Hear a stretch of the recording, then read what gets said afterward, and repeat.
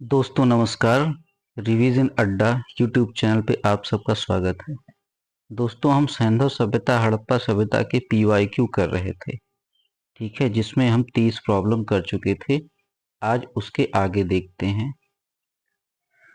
तो 31वां क्वेश्चन, 30 तक हम कर चुके थे। 31वां क्वेश्चन है, सूची 1 को सूची 2 से मिलाइए। ठीक है, सूची 1 को सूची 2 से क्या करना है, मिलाना है।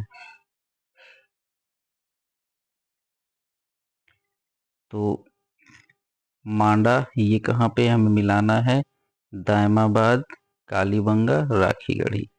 ठीक है, तो जो चीजें हमें आती हैं पहले उसको हम मिलाते हैं। मांडा किससे है, जम्मू कश्मीर से। ठीक, राखीगढ़ी कहाँ पे है, हरियाणा। मांडा जम्मू कश्मीर A3, देखिए A3 हमें मिल गया तो B2 हो जाएगा। दायमाबाद कहाँ पे हो जाएगा, सॉरी कौन सा मिला है, A3। ठीक, तो C वाला ऑप्शन सही हो जाएगा। इसका हम व्याख्या देखते हैं।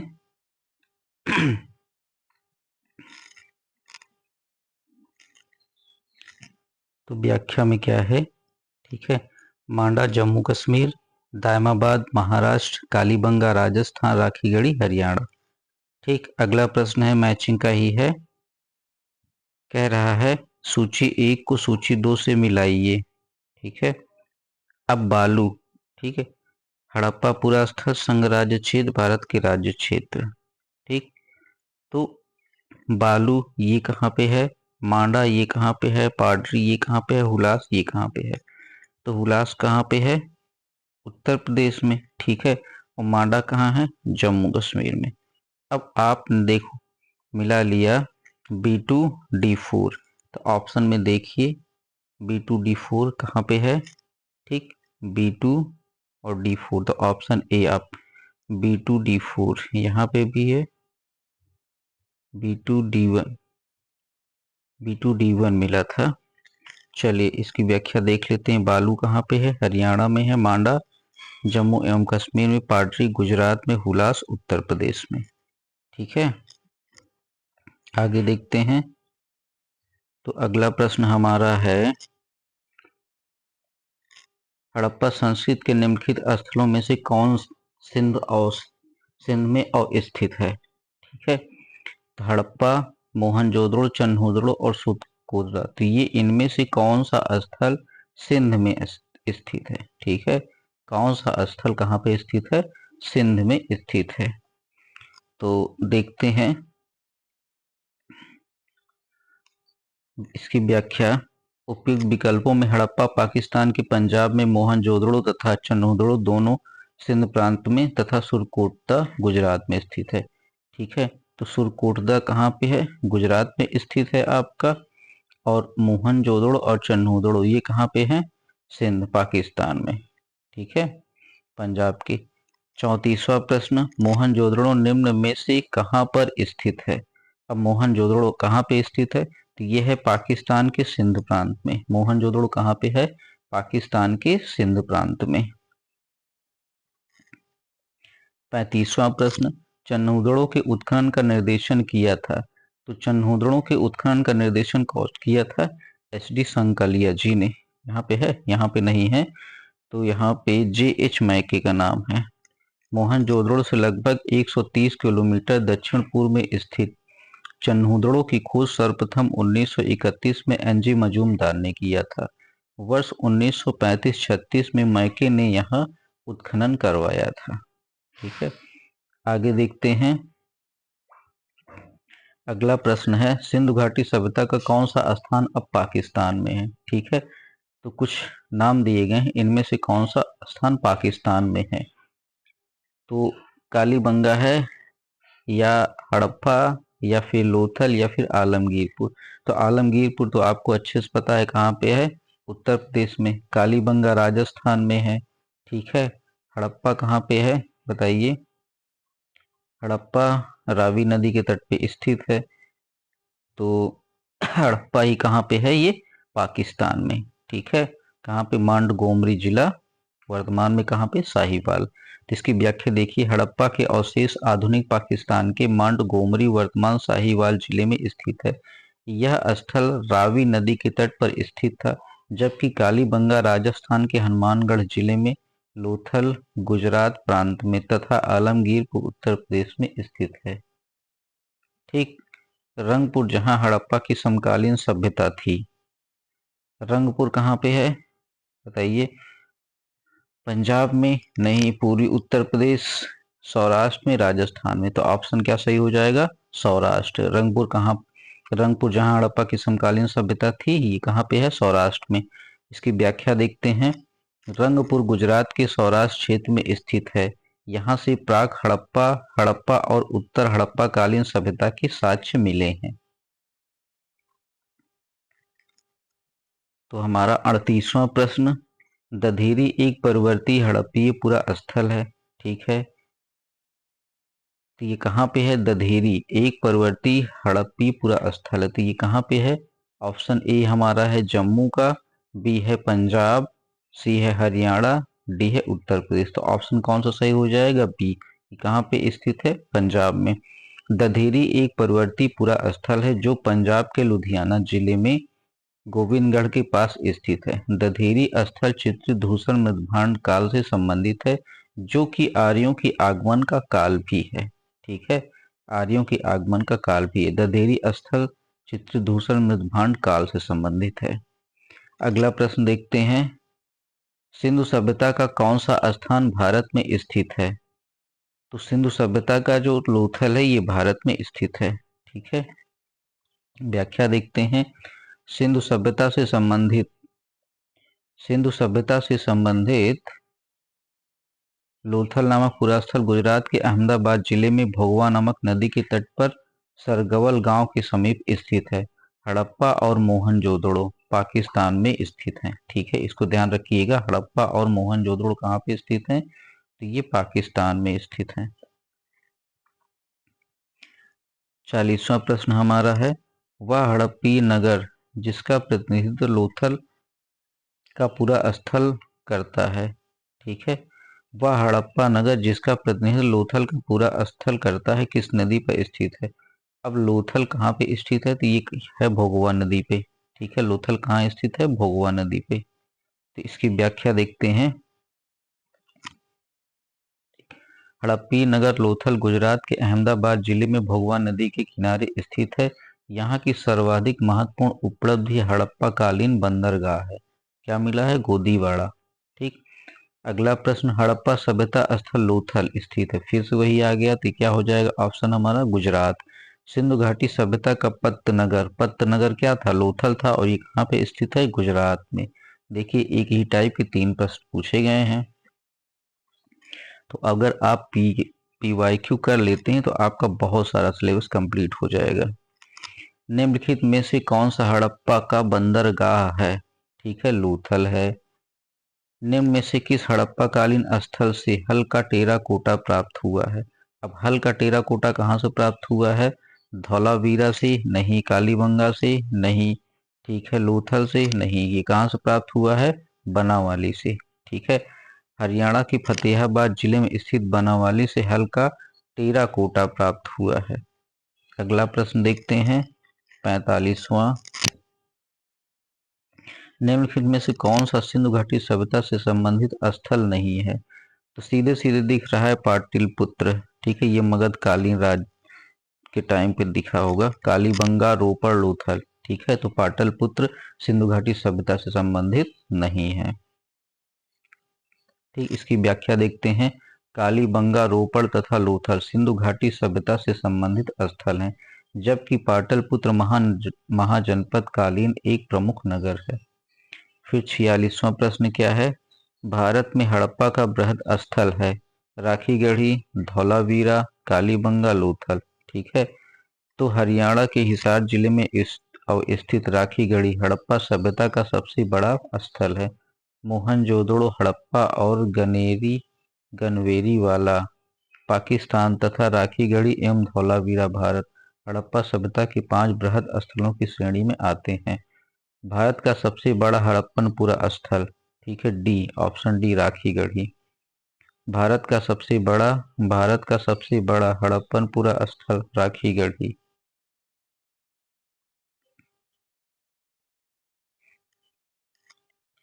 स्थापित सिंधु घाटी सभ्यता जिन नदियों के तट पर बसी थी वे हैं। ठीक है, तो जो भी सिंधु घाटी सभ्यता थी वो नदियों के किनारे कौन कौन से बसे थे, ये हमें चेक करना है। तो नदियों के किनारे सिंधु, ठीक है, चिनाब, झेलम, इनके चारों तरफ सिंधु घाटी सभ्यता बसी थी। ठीक है, तो इसकी व्याख्या देखते हैं। स्थापित सिंधु घाटी की सभ्यता का विस्तार उत्तर में झेलम नदी के पूर्वी तट से दक्षिण में यमुना की सहायक नदी हिंडन के तट पर माना जाता है। इसमें झेलम, सिंधु एवं चिनाब नदियां तो शामिल हैं, परंतु गंगा नदी इसमें शामिल नहीं है। ठीक है, अगला प्रश्न हमारा क्या है, सिंधु घाटी के लोग विश्वास करते थे। तो सिंधु घाटी के लोग किसमें विश्वास करते थे? पहला ऑप्शन आत्मा और ब्रह्मा में, ठीक है, दूसरा ऑप्शन कर्मकांड में, तीसरा यज्ञ प्रणाली में, चौथा मातृ शक्ति में। ठीक है, तो सिंधु घाटी के लोग किसमें विश्वास करते थे, ये हमें बताना है। इसकी व्याख्या देखते हैं। सिंधु सभ्यता की लिपि को अभी तक पढ़ा नहीं जा सका है। इसी कारण उन लोगों के धार्मिक विश्वास के बारे में निश्चित तौर पर कुछ नहीं कहा जा सकता है। उत्खनन में प्राप्त स्त्री की मूर्तियों की बहुलता से मातृशक्ति की उपासना का अनुमान लगाया जाता है। पुरुष आकृतियों से शिव की पूजा का अनुमानित होता है। अग्निकुंड या यज्ञ वेदिकाएं भी प्राप्त हुई हैं। मृतकों के साथ दैनिक उपयोग की वस्तुओं के दफनाने से आत्मा में विश्वास का भी अनुमान लगाया जाता है। फिर भी कई विद्वान इसे मात्र शक्ति का उपासक मानते हैं, लेकिन निश्चित तौर पर इस प्रश्न का उत्तर नहीं दिया जा सकता है। ठीक है, तो ज्यादातर हमें क्या लगाना है, मात्र शक्ति का उपासक। सिंधु घाटी के लोग पूजा करते थे, तो सिंधु घाटी के लोग किसकी पूजा करते थे, पशुपति की। ठीक है, सिंधु घाटी के लोग किसकी पूजा करते थे, पशुपति की। तो एक तरह से हम ये भी कह सकते हैं कि वो पशुपति में विश्वास रखते थे, शिव की पूजा में विश्वास रखते थे। इसकी व्याख्या देखते हैं। सिंधु घाटी के लोग शिव की पूजा भी करते थे। इसका प्रमाण मोहनजोदड़ो से प्राप्त एक मोहर है जिस पर योगी की आकृति बनी है। ठीक है, तो एक मोहर प्राप्त है जिस पे योगी की आकृति बनी है। 51वां, मोहनजोदड़ो एवं हड़प्पा की पुरातात्विक खुदाई के प्रभारी कौन थे? तो पुरातात्विक खुदाई के प्रभारी कौन थे मोहनजोदड़ो एवं हड़प्पा? Sir John Marshall. भारतीय पुरातत्व सर्वेक्षण विभाग की महानिदेशक सर जॉन मार्शल के निर्देश पर वर्ष 1921 में दयाराम साहनी ने हड़प्पा तथा वर्ष 1922 में राखालदास बनर्जी ने मोहनजोदड़ो के टीलों का पता लगाया। ठीक है, अब अगला प्रश्न देखते हैं 52वां। तो 52वां प्रश्न हमारा है, सिंधु घाटी सभ्यता को खोज निकालने में किन दो भारतीयों का नाम जुड़ा है? तो कौन से दो भारतीयों का नाम जुड़ा है?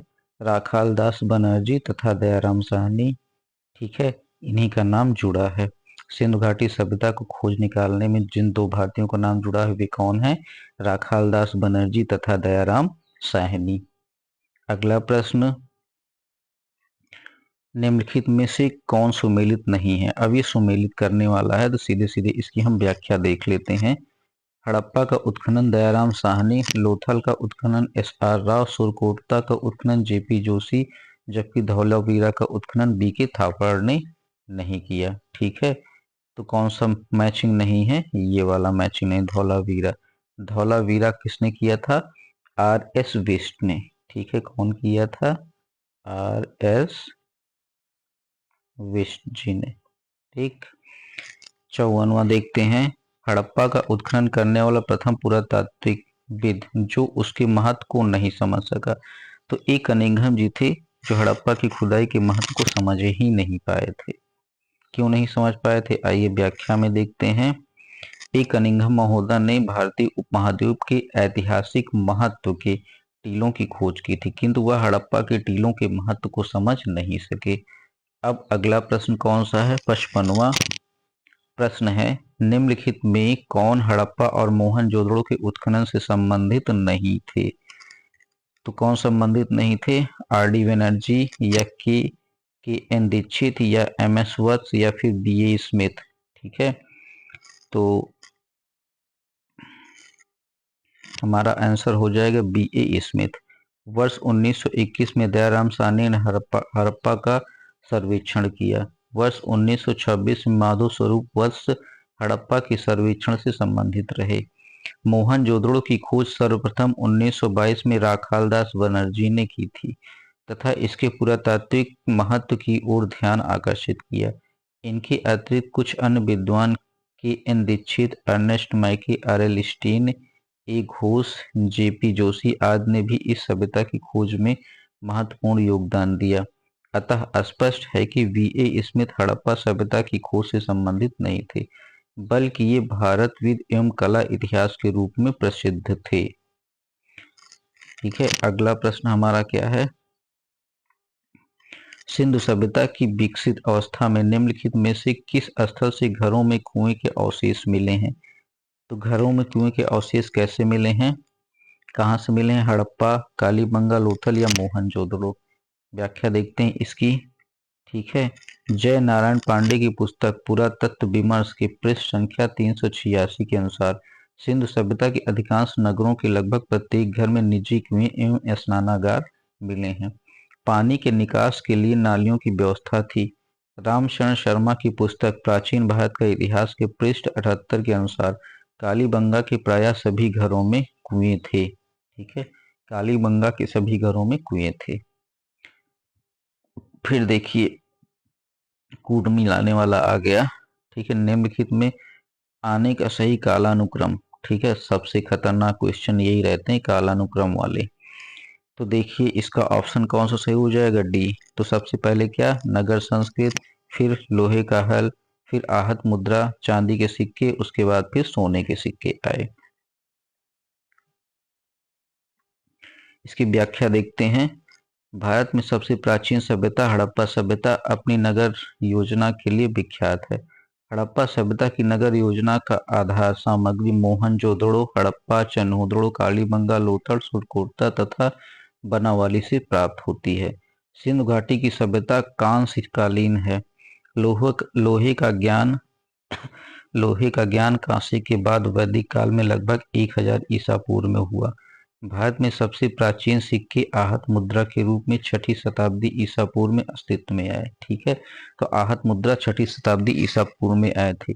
सबसे पहले भारत में सोने के सिक्के हिंद यवन शासकों द्वारा जारी किए गए थे, जिनकी संख्या कुषाण काल में बढ़ी थी। तो कुषाण काल में सोने के सिक्कों के या अन्य सिक्के ये ज्यादा बढ़े थे। सर्वप्रथम मानव ने निम्न धातु का प्रयोग किया। तो सबसे पहले मानव ने किसका प्रयोग किया था? तांबे का। ठीक है, कब किया था? ये सैंधव काल में सर्वप्रथम मानव द्वारा तांबा धातु का प्रयोग किया। विश्व के विभिन्न भागों में इसके प्रयोग की तिथि में पर्याप्त अंतर मिलता है। ठीक है, तो केवल इतना ध्यान रखिए कि सर्वप्रथम मानव ने किस धातु का प्रयोग किया था? तो वो तांबा था। हाथी दांत का पैमाना हड़प्पीय संदर्भ में मिला है। ठीक है, तो हाथी दांत का पैमाना कहाँ से मिला है? तो ये लोथल से मिला है। ठीक है, हाथी दांत का पैमाना कहाँ से मिला है? हाथी दांत का पैमाना लोथल से मिला है। हड़प्पा सभ्यता भारत की प्राचीन सभ्यता थी। हड़प्पीय संदर्भ में हाथी दांत का पैमाना लोथल से मिला है। यह गुजरात में स्थित है। हड़प्पा कालीन स्थलों में अभी तक किस धातु की प्राप्ति नहीं हुई है? तो किस धातु की प्राप्ति नहीं हुई है? लोहा। ये कब मिला था हमें? वैदिक काल, उत्तर वैदिक काल के आसपास। इसकी व्याख्या देखते हैं। हड़प्पा सभ्यता एक कांस्य युगीन सभ्यता थी। यहाँ से तांबा, कांसा, स्वर्ण और चांदी आदि की धातुएं तो मिली हैं, परंतु लोहे की प्राप्ति नहीं हुई है। वस्तुतः हड़प्पा कालीन लोग लोहे से परिचित नहीं थे। भारत में लौह युग का प्रारंभ उत्तर वैदिक काल से माना जाता है। देखिए, ठीक है, तो लोहे का प्रारंभ कब से माना जाता है? उत्तर वैदिक काल, लगभग 1000 ईसा पूर्व। 61वां प्रश्न, निम्न में कौन सा स्थल घग्गर और उसकी सहायक नदियों की घाटी में स्थित है? तो घग्गर कहाँ पे स्थित है? बनवाली। ठीक है, हरियाणा में स्थित बनवाली नामक हड़प्पीय स्थल घग्गर एवं उसकी सहायक नदियों की घाटी में स्थित है। अगला प्रश्न देखते हैं। हमारा अगला प्रश्न है, निम्नलिखित कथनों पर विचार कीजिए एवं नीचे दिए गए कूट से सही उत्तर चुनिए। ठीक है, मोहनजोदड़ो हड़प्पा रोपड़ एवं कालीबंगा सिंधु घाटी सभ्यता के प्रमुख स्थल हैं।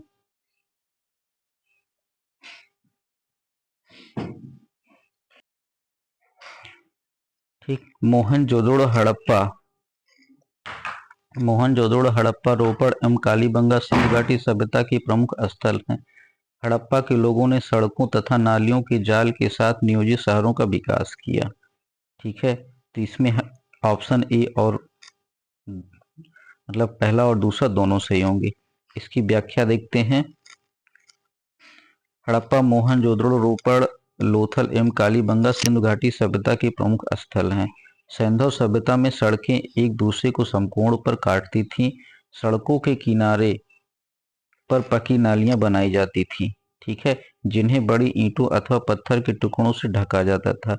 इस समय सोने तथा चांदी के आभूषण बनाए जाते थे। तांबे के साथ टिन मिलाकर कांसा तैयार किया जाता था। ठीक है, तो तांबे के साथ टिन मिलाकर कांसा तैयार किया जाता था।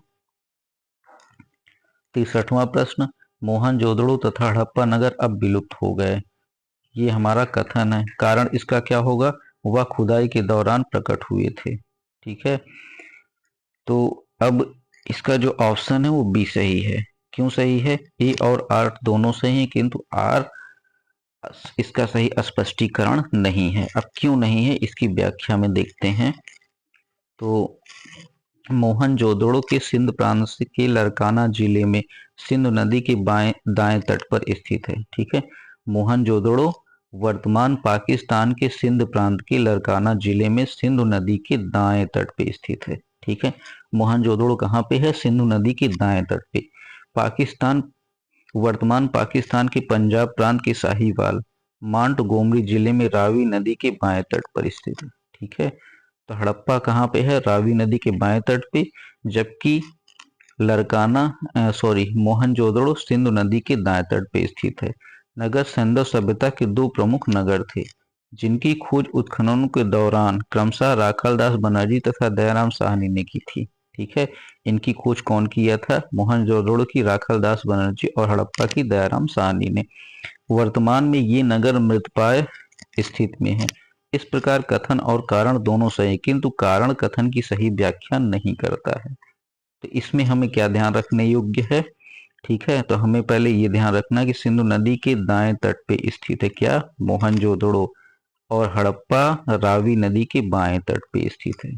ठीक, दूसरी चीज इसकी स्थित लरकाना जिले में, और ये कहाँ पे है?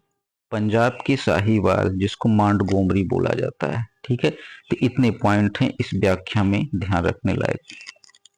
अगला प्रश्न हमारा है 64वां, हड़प्पन संस्कृति के संदर्भ में शैलकृत स्थापत्य के प्रमाण कहाँ से मिले हैं? तो शैलकृत स्थापत्य के प्रमाण धौलावीरा से हमें मिले हैं। धौलावीरा हड़प्पा सभ्यता की भारत में स्थित दूसरी सबसे बड़ी, ठीक है, प्रथम कौन सी है? राखीगढ़ी। यह गुजरात के कच्छ के रण में अवस्थित है। यहाँ से उत्खनन के परिणाम स्वरूप हड़प्पा सभ्यता की अनेक महत्वपूर्ण जानकारियां प्राप्त हुई हैं। इन खोजों में शैलकृत जलकुंड, ठीक है, महत्वपूर्ण है। तो सबसे बड़ा क्या है हमारा? राखीगढ़ी। उसके बाद कौन सा है? धौलावीरा। धौलावीरा जिस राज्य में स्थित है वह है। तो धौलावीरा कहाँ पे स्थित है? ये गुजरात में स्थित है। ठीक है, धौलावीरा कहाँ पे स्थित है? गुजरात में। कौन सा हड़प्पीय नगर 3 भागों में विभक्त था? ठीक है, तो हड़प्पी नगर कौन सा 3 भागों में विभक्त था? बताइए, सोचिए सोचिए। तो जो धौलावीरा था ये 3 भागों में विभक्त था। धौलावीरा नगर आयताकार बना था। इस नगर को 3 भागों में किला, मध्य नगर, निचला नगर में विभाजित किया गया था। निम्नलिखित में से कौन से स्थल में 3 नगरों के अवशेष प्राप्त हुए हैं? ठीक है, तो 3 नगरों के अवशेष कहाँ से प्राप्त हुए हैं? धौलावीरा से। अगला प्रश्न देखते हैं 68वां। ठीक है, तो निम्नलिखित में से कौन सा प्राचीन नगर अपने उन्नत जल संचयन और प्रबंधन प्रणालियों के लिए सुप्रसिद्ध है, जहां से बांधों की श्रृंखला का निर्माण किया जाता है? अब यहाँ पे पानी की बात की जा रही है, तो जो हमारा धौलावीरा है ये हो जाएगा। अब इसकी हम व्याख्या देखते हैं। तो व्याख्या है, धौलावीरा नामक प्रमुख हड़प्पाई पुरास्थल गुजरात राज्य के कच्छ जनपद में स्थित है। धौलावीरा नियोजित नगर का एक उत्कृष्ट उदाहरण है। धौलावीरा नगर में अत्यंत नियोजित ढंग से अलग अलग नगरीय आवासीय क्षेत्र विकसित किए गए थे, जो संभवतः विभिन्न व्यावसायिक गतिविधियों और एक वर्गीकृत समाज पर आधारित थे। यह प्राचीन नगर अपने उन्नत जल संचयन और प्रबंधन प्रणाली के लिए प्रसिद्ध है। यहाँ पर बांधों की श्रृंखलाओं का निर्माण किया गया था तथा संबद्ध जलाशयों में नहर के माध्यम से जल को प्रभावित किया जाता था।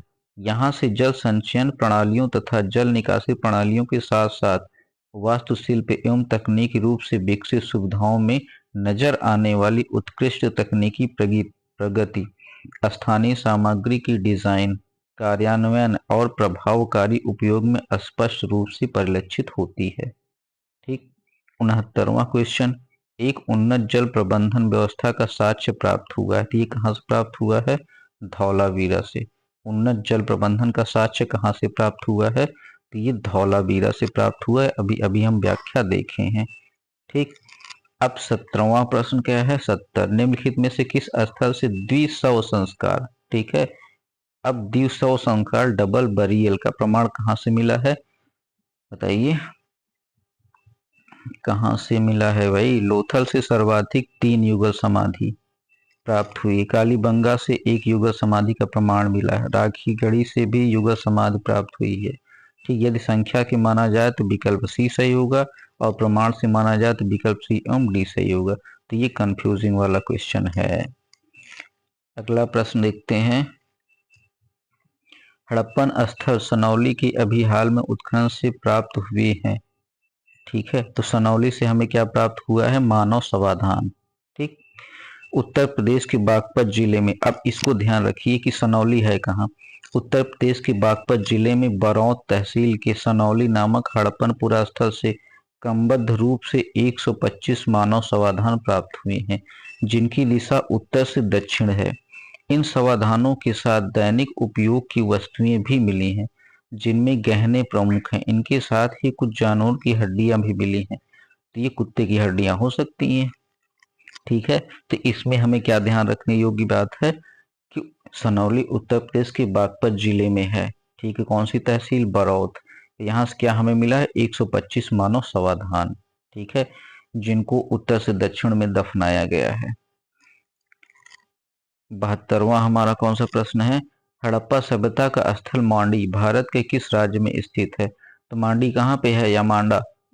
ठीक है, मांडी उत्तर प्रदेश में है। जून 2000 में उत्तर प्रदेश के मुजफ्फरनगर जिले का एक गांव मांडी अचानक चर्चा में आ गया।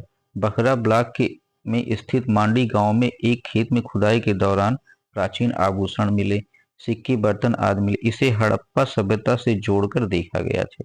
ठीक है, वस्त्रों के लिए कपास की खेती का आरंभ सबसे पहले किया गया। तो कपास की इस खेती कहाँ से प्रारंभ की गई? 4 ऑप्शन है, मिस्र से, मेसोपोटामिया से, मध्य अमेरिका से या फिर भारत से।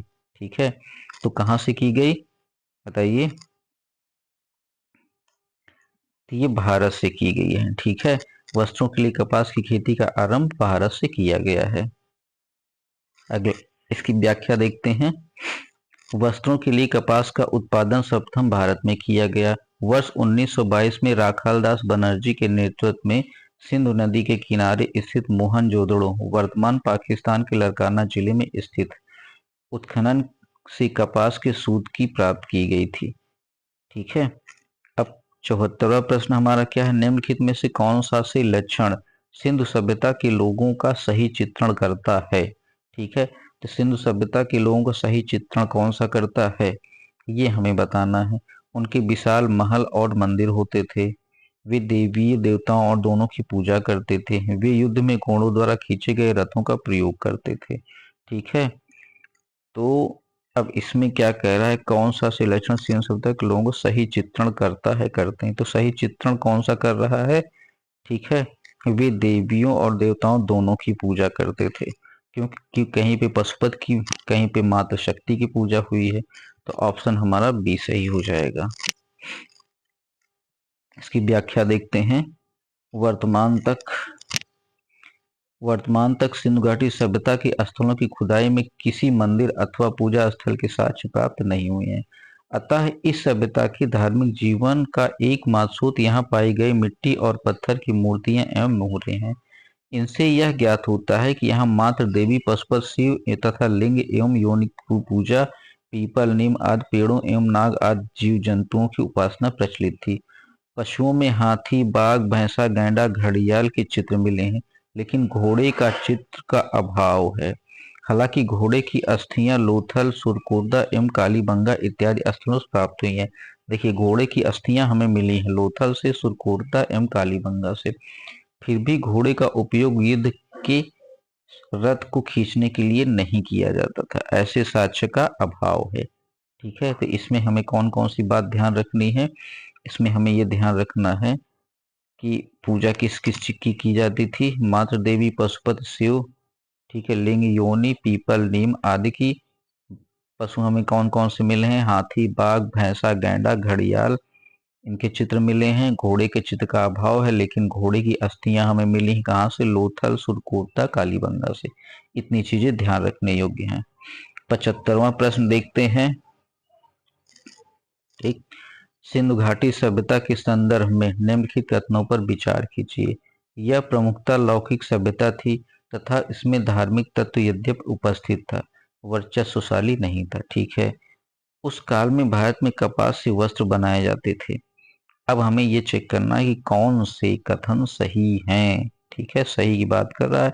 तो यह प्रमुखतः लौकिक सभ्यता थी जिसमें धार्मिक तत्व यद्यपि उपस्थित था तथा वर्चस्वशाली नहीं था। हाँ, ये तो सही हो गया। ठीक है, उस काल में भारत में कपास से वस्त्र बनाए जाते थे, ये भी सही। तो हमारा ऑप्शन कौन सा हो जाएगा? सी हो जाएगा। आगे देखते हैं।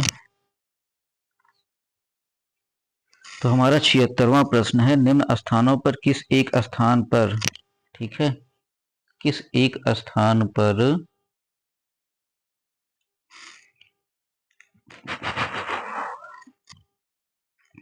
निम्न स्थानों पर किस एक स्थान पर सिंधु घाटी सभ्यता से संबंध वृषभ मुद्रा प्राप्त हुई? तो वृषभ मुद्रा हमें कहाँ से प्राप्त हुई है? मोहनजोदड़ो से।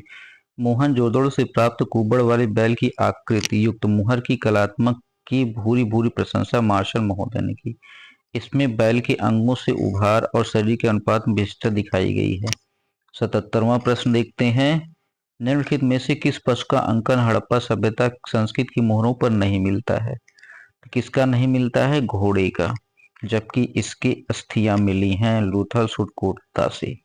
किस पशु के अवशेष सिंधु घाटी सभ्यता में प्राप्त नहीं हुए? तो फिर आ गया, हमें किसका नहीं मिला है अवशेष? शेर का। ठीक है, किसका अवशेष हमें नहीं मिला है? शेर का।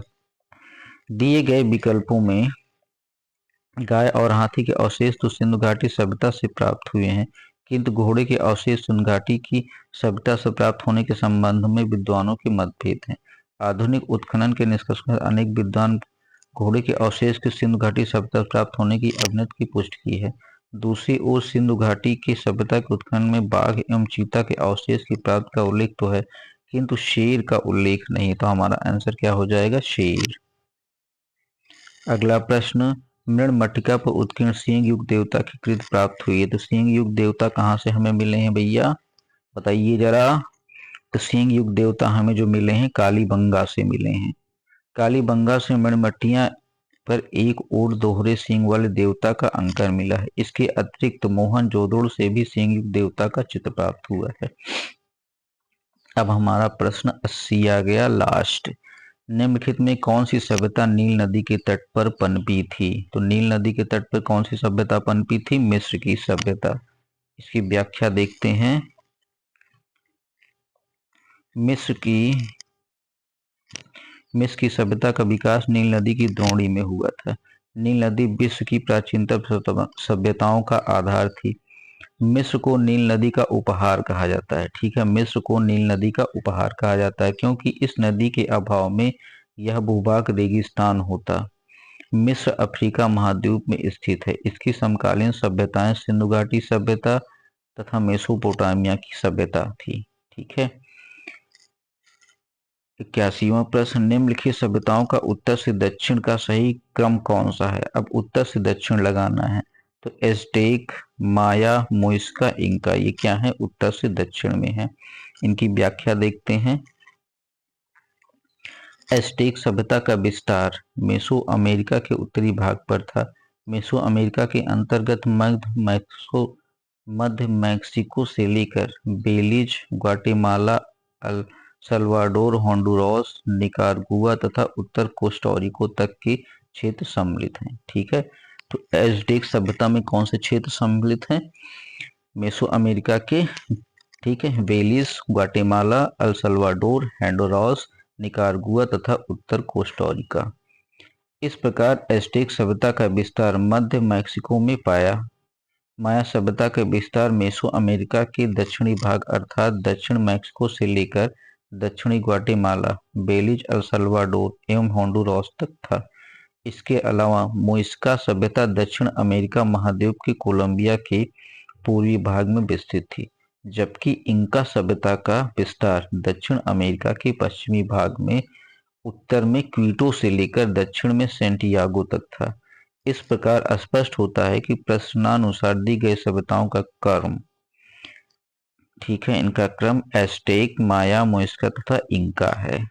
ठीक है, तो दोस्तों हड़प्पा सभ्यता, सिंधु सभ्यता के लास्ट ईयर के जितने भी क्वेश्चन आए हुए हैं, ठीक है, 80 क्वेश्चन वो करवा दिए गए हैं। अब इसके आगे हम वैदिक सभ्यता देखेंगे। ठीक है, तो वीडियो अच्छा लगा हो तो इसको आप लाइक करिए, दोस्तों के साथ शेयर, सब्सक्राइब करिए। बहुत बहुत धन्यवाद।